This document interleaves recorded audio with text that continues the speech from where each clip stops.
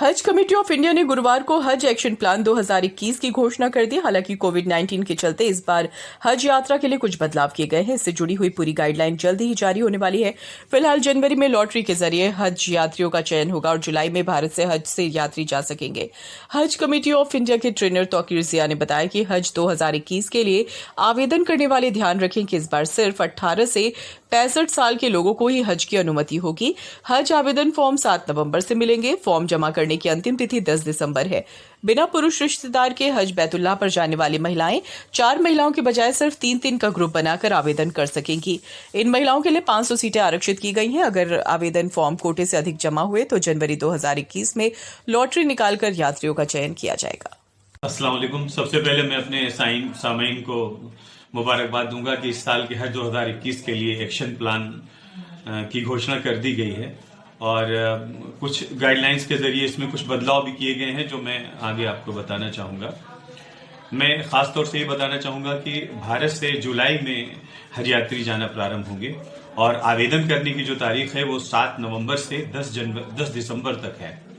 हो सकता है आगे तारीख और बढ़े, लेकिन मैं आपको वाज़ेह कर दूं कि आप 7 नवंबर और 12 दिसंबर के बीच में अपना आवेदन पत्र भर दें, अप्लाई कर दें उसके लिए। कोविड-19 के चलते भी कुछ बदलाव किए गए हैं इसमें। कोविड-19 तो जो ये मोहलिक बीमारी है और पूरी दुनिया उससे मुतासिर है और पिछला हज भी मुतासिर हुआ था उससे, जिसमें हमारे हाजी हज से महरूम रह गए थे।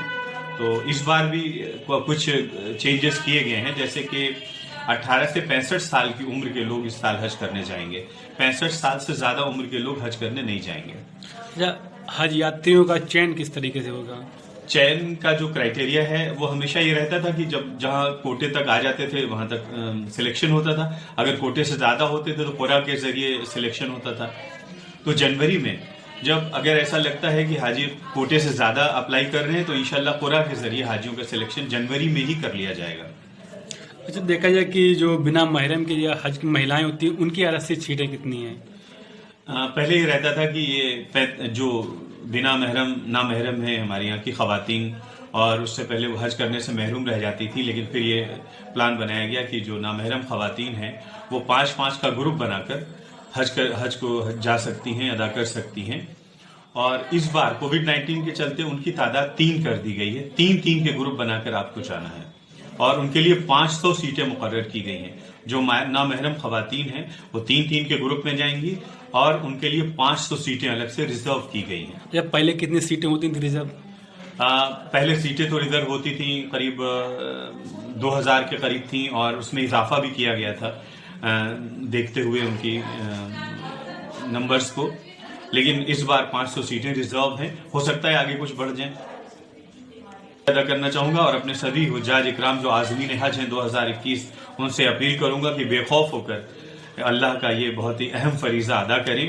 और मैं हज कमेटी के ट्रेनर के तौर पर भारत सरकार की तरफ से और हज कमेटी ऑफ इंडिया की तरफ से आपसे ये वादा करता हूं कि जो भी आने वाली इंफॉर्मेशंस हैं मैं आप तक पहुंचाऊंगा। आगे इंशाल्लाह ट्रेनिंग भी होगी और बहुत सारी चीज़ों में हम आपसे रूबरू होंगे।